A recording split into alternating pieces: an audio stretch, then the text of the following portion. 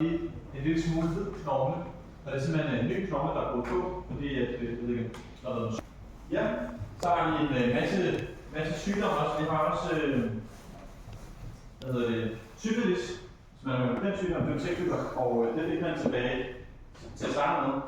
Så kom det fra Sydamerika og Nordamerika. Det var opvækstelsesrejsende, sådan nogle som Columbus, der slog det med fra Sydamerika over til Europa. Og det var altså ikke mega dødeligt i Sydamerika og Nordamerika, så vidt jeg forstår.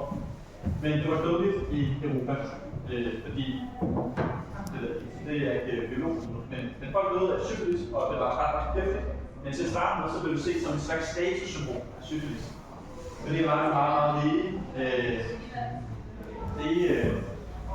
rige klamme, som synes, det var mega sejt og viste, at man havde meget stor seksuelt netværk. Så det her syfilis, det var ligesom et statussymbol, så kan man sige, at jeg har et kæmpe seksuelt netværk. Og den er en syfilis, der får sådan nogle prikker på kroppen. Og ja,